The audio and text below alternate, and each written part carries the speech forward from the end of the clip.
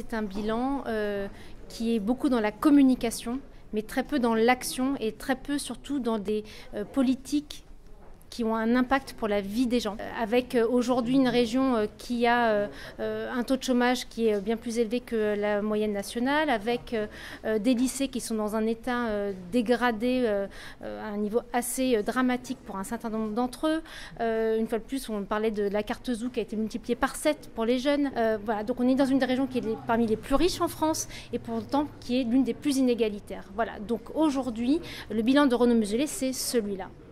Et oui, parce qu'en fait, aujourd'hui, il dit que son bilan est extraordinaire, etc. Mais en réalité, on n'entre pas dans le concret. C'est pour ça que nous, on a souhaité aller vraiment sur des données, sur des chiffres, sur la réalité vécue par nos concitoyens en région PACA pour mettre en exergue la réalité de ce qui se passe, parce qu'il clame partout qu'il a une COP d'avance. Nous, on pense qu'il a un train de retard.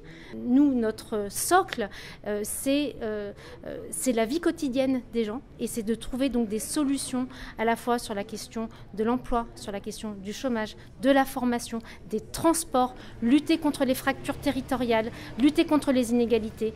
Voilà, ça, ce sera le fondement de notre engagement pour le rassemblement écologique et social pour ces élections régionales.